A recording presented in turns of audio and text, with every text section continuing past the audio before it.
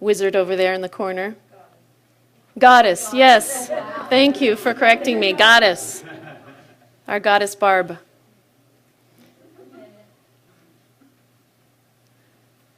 I need 3 things to juggle while we're waiting.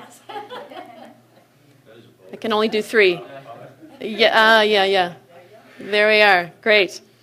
So the title of my talk today is A Grateful Heart. Yeah. And as I was preparing for my talk, I was thinking about our culture and how our culture is a fairly polite culture. We learn at a very young age how to say please and thank you from the time we're maybe little, like 3. Our parents say thank you, Leah, thank you. And we don't even know what it means, but we know we just have to say thank you. And so we grow up and it's just an automatic thing. It becomes part of our just way of being. Yeah, that's just what we do. And so this time of year, it allows us to go a little deeper with our gratitude and to really reflect on what we're grateful for. And common thing that occurs during this time of year may be making a gratitude list or keeping a gratitude journal. And I found this cartoon and I just thought I had to share because I love it. So she made a gratitude list. 1, ice cream to stuff my feelings with. 2, elasticized pants. 3, 87 channels to distract me into oblivion. I wrote my gratitude list, yet I still don't feel better. And sometimes that's how it is. We're told to make these lists, we're told to do these things, but we don't always know why, and they don't always make a difference. And so why is that? Sometimes if we're just simply rattling off things that we want in our life or things that we're grateful for, and we're not really dropping into our heart, that's the key. The key is really feeling into the deepest part of our heart, and that's when we can feel gratitude. That's when we can really appreciate and benefit from gratitude. So I'm going to talk about that today, and the benefits, including the science behind gratitude, and why it's so beneficial for us to be in that space of gratitude. And so when we drop into our heart, it really allows us to open. It allows us to feel gratitude in a deeper way. Think about for a moment something that you're grateful for. So just bring to mind something that you're really grateful for. And notice if you drop into your heart to really feel it, you can feel the energy there. You can feel your heart opening. Yeah, that's the key. And as we do that, it just provides a bigger space for love, a bigger space for joy in our lives. Dr. David Hawkins did a study where he actually measured the consciousness of human beings. How do you do that? It's pretty fascinating, actually. And what he found is that individuals, the average person measures about 200, which includes feelings like grief, feelings of fear, so there's some of that mixed in there, but the average human measures is about 200, on a scale of 200, vibrating, okay? He also measured individuals that once they start feeling courage, willingness, acceptance, that then they move into between 200 and 400. Love measures at 500. Joy is at 540. Peace is at 600. Enlightened beings are at 700 to 1,000. So that's really more for Buddha and Jesus and those enlightened souls, those ascended masters. But what he found that I thought was so fascinating is that those who vibrate love, when we are vibrating at 500, that vibration counterbalances the energy of 750,000 people. So think about that for a moment. So when we're feeling gratitude, our heart opens. We are feeling that space of love. And when we are vibrating in that space of love at 500, that very energy goes out and it expands all around us. We have a field of energy that surrounds us. And that energy actually extends out. It enters the room before we do. And so it's not only healing for us, but it's healing for all those around us. 750,000 people. That's a lot of people. Dr. Dan Baker also did some research. He did some research on happiness. He wrote a book called What Happy People Know. And what he found is that the very energy of appreciation, the very energy of love, it's actually gratitude, is the purest and highest form of love we can experience. And why is that? It's because when we are in that state of gratitude, when we are in that state of appreciation, we aren't expecting anything in return. We're not expecting love to return to us. That's why it's so pure. He also found that when we are in that state of appreciation, that it actually is healing for us. And so I have this quote on the screen right now. So what he says is that when you enter into the active condition of appreciation, whether over something as common as a sunset or as profound as the love in your child's eyes, your normal world stops and a state of grace begins. Creativity flows, heart rate slows, brain waves soften into rolling ripples, and an exquisite calm descends over your entire being. During active appreciation, your brain, heart, and endocrine system work in synchrony and heal in harmony. So when we are in that state of appreciation, it's actually healing our whole system. It's healing our body, it's healing our heart, it's healing our brain.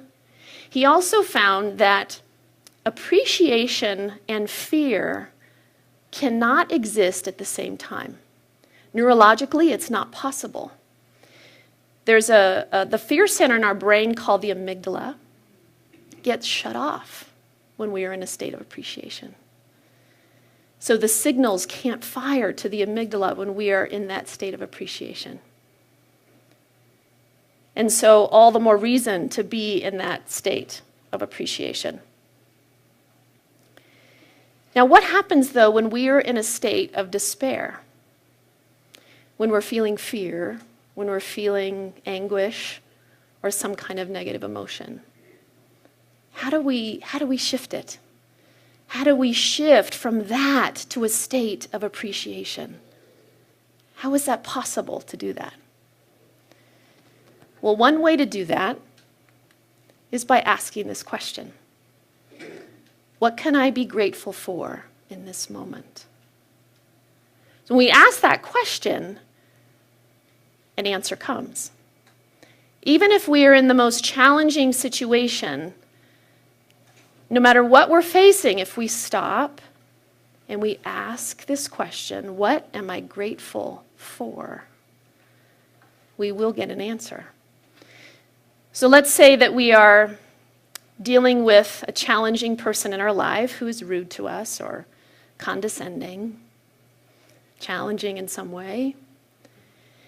And we walk away from that interaction and we ask ourselves, what can I be grateful for in this moment? I can be grateful to know that I have people in my life who love and adore me unconditionally.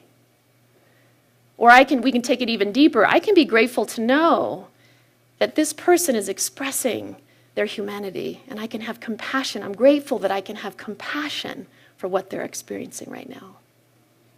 Compassion for their humanity.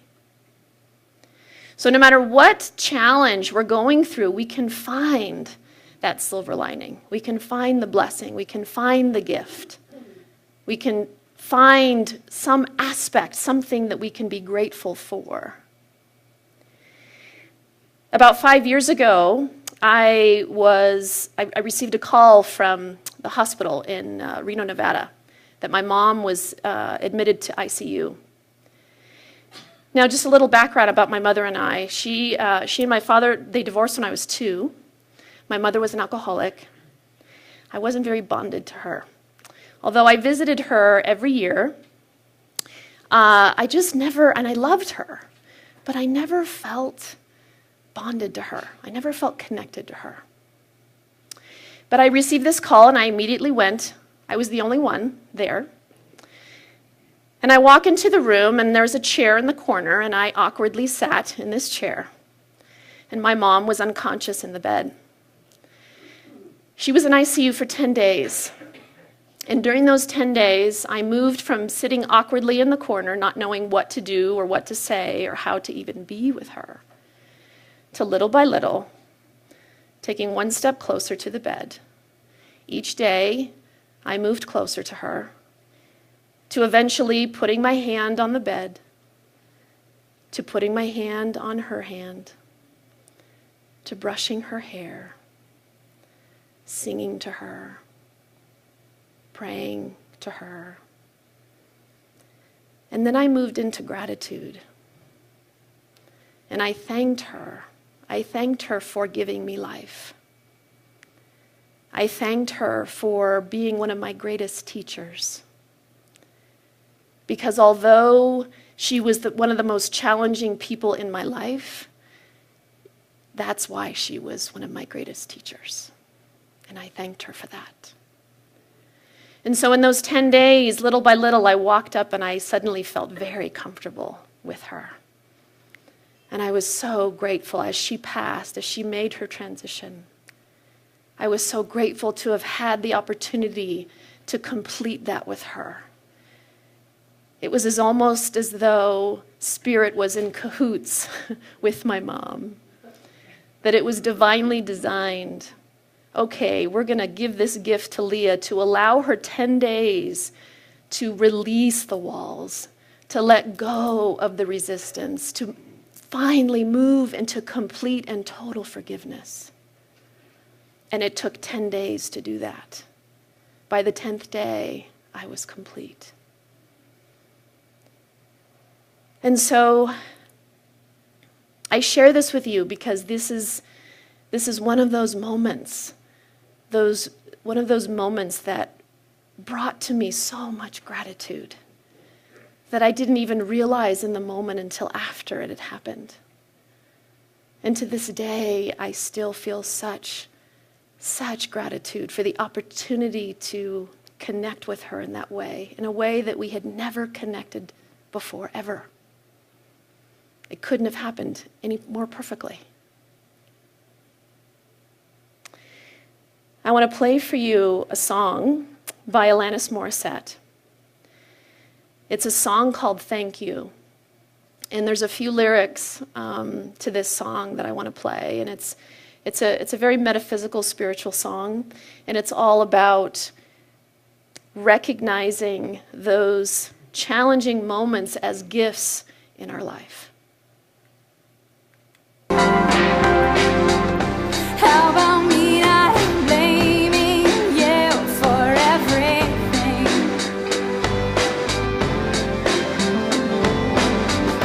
How about me enjoying the moment for once? How about how good it feels to finally forgive you?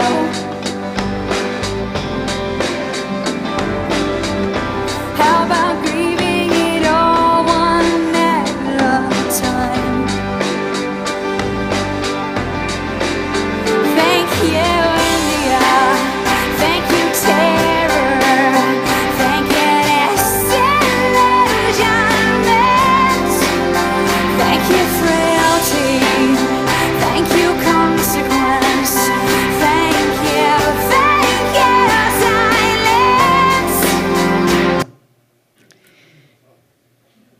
Powerful song. And this song just speaks so brilliantly to the power of recognizing those moments as such gifts in our lives.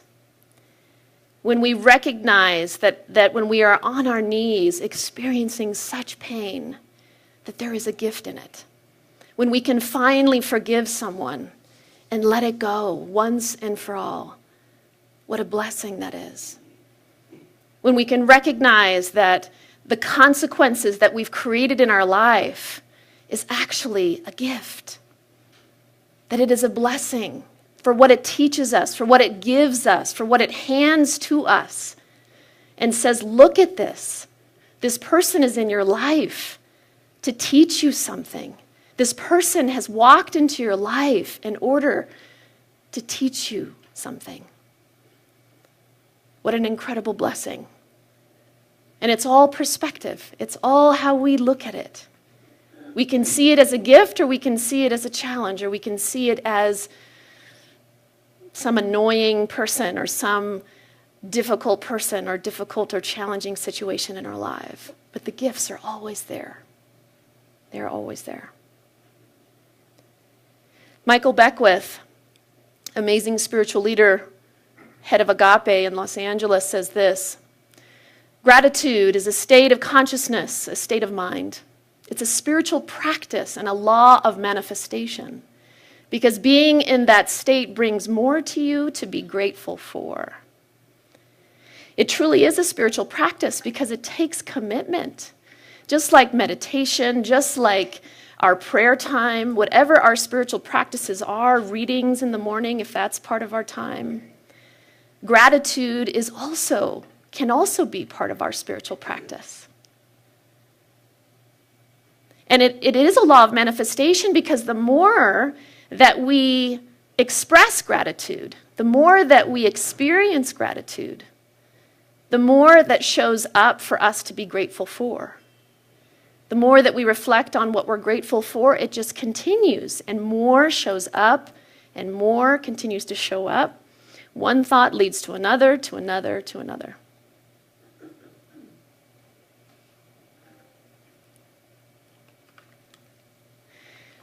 I moved here 10 years ago from Los Angeles, and I found myself staring at the sky every day. And I thought, why am I staring at the sky so much? It's because Colorado has some of the most bluest, beautiful, amazing skies of any place I have ever lived. The cloud formations, yeah, oh my goodness. Well, and I just moved from Los Angeles, where there isn't a lot of crisp blue skies. So it was a contrast to what I was used to. And to this day, what was that? It's called smog, yes. Yes, that indeed is what it's called. Yes. And so to this day, I still feel such gratitude. The beauty that's all around us here in this amazing state that we live in. The beauty of our skies, the beauty of the cloud formations, the beauty of the sunsets. It's just extraordinary. And so when I'm in that state of gratitude, it makes me think about all that I'm grateful for. So grateful to be able to stand in front of you and to deliver this message today. So grateful to be able to every day work with adults in career transition and supporting them on their journey. Grateful to be able to stand before you knowing that my childhood was filled with trauma. And to be able to take that experience and to allow it to open my heart even more. Those traumatic experiences are things that don't just go away. I stand before you at age 49 and I'm still dealing with them. Still. But yet I'm so grateful for what they have taught me, for what they have given me, because I would not be here without them.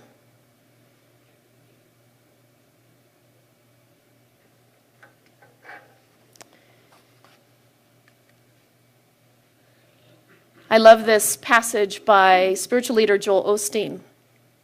Instead of always looking at how far you have to go, sometimes you need to look back and be thankful for how far God has brought you. Because I know that the divine has guided me. The divine has supported me. The divine has given me the perfect insights at the perfect time, has drawn me to the perfect people at the perfect time, has guided me and supported me and directed me to where I stand now. that it has all been in divine right order, all divine timing, all divinely orchestrated, every single minute. And so I'm just so grateful for that. So I invite you now to connect into what you're grateful for. Closing your eyes if you're comfortable, and just connecting to what you are grateful for in your life. Allowing your heart to fully open, really dropping in and feeling that gratitude. Really feeling it. Allowing that vibration of love to extend out, knowing that it is extending out and it's healing not just for you, but for all those in this congregation in this moment. And that love vibration is extending out even farther, out into the community, out into the city. So just allowing yourself to feel that love, to feel that gratitude, the deepest part of your being.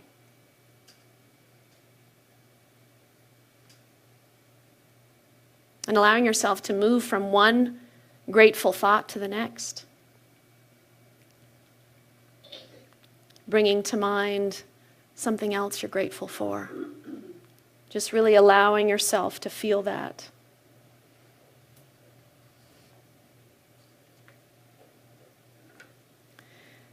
The ushers are going to be passing around some stones. There's going to be little pouches with stones. Each of you is going to take a stone.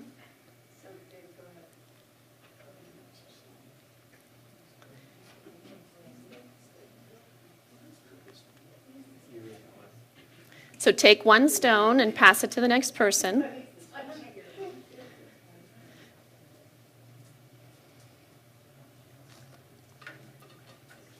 And you're going to infuse this stone with all that you're grateful for.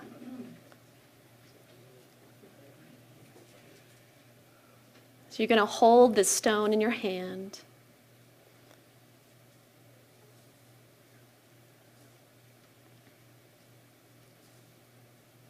And just infuse that stone with your gratitudes, with all that you're grateful for.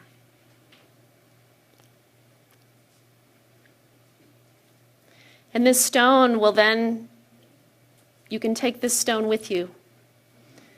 You can keep it in your pocket or keep it near you as a reminder of what you're grateful for.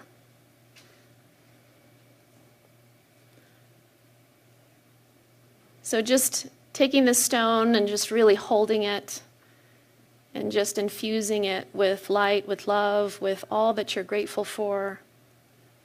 And just really feeling that, allowing yourself to just bless the stone and take this stone with you as a gift to remind you of what you're grateful for.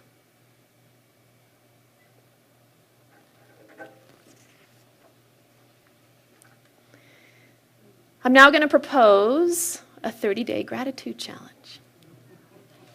Yeah. So these often start at the beginning of the month, but hey, I'm talking today, so it's starting today. So it's going to end on December 18th, and here's what we're going to do. So the challenge is for all of you every day from now until December 18th to think about at least 3 things you're grateful for every day. You can start your day with that. You can end your day with that. However you'd like to do that. Some of you will hold your stone as a reminder and maybe think of gratitudes all day long. However you'd like to do that. And then in the hallway, we have a nice, lovely bulletin board that Kathy and I put together this morning, and these little cards. So you're going to write your gratitudes on these cards after service. There's a little table outside. And you're going to post them on the bulletin board. And every Sunday, we're going to collect these. And at the end of the month, and actually between now and the end of the month, at some point, Reverend Jyoti will have those that are comfortable to even share. How has gratitude shown up in your life? How has this challenge impacted your life? So we're going to do that as well. Is everybody willing to take this on? Yeah? Few hands? Okay, great, yay! Awesome, awesome. Okay, so let's move into prayer. I invite you to take the hand of the person next to you. And practitioners, if you could stand in high consciousness.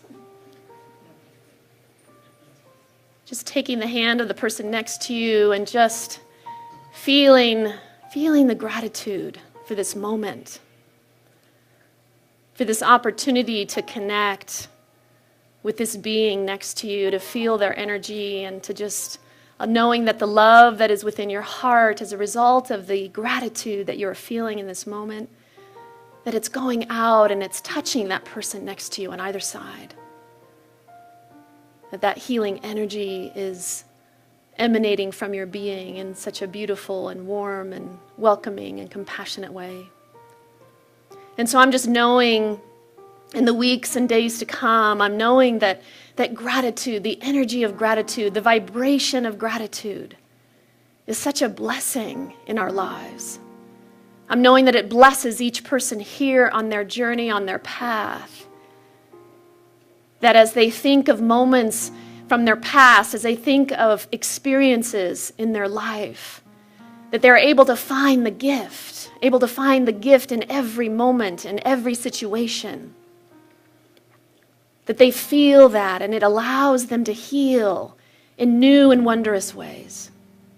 And so I just declare this for each and every person, that gratitude indeed is the energy of love, and that love energy heals each person here and heals each person that they come into contact in the days to come, as it surrounds them and it holds them in a container of light, and it touches every person that they touch, every community that they are a part of, everywhere that they travel over these holidays coming up. And so I just know that this is true. I declare this to be so. And know that the divine giving nature of God is surrounding and holding each person so gracefully, so beautifully. And so we just let this go, knowing it is done, knowing it is absolutely so. And we just ground this in together by saying, and so it is.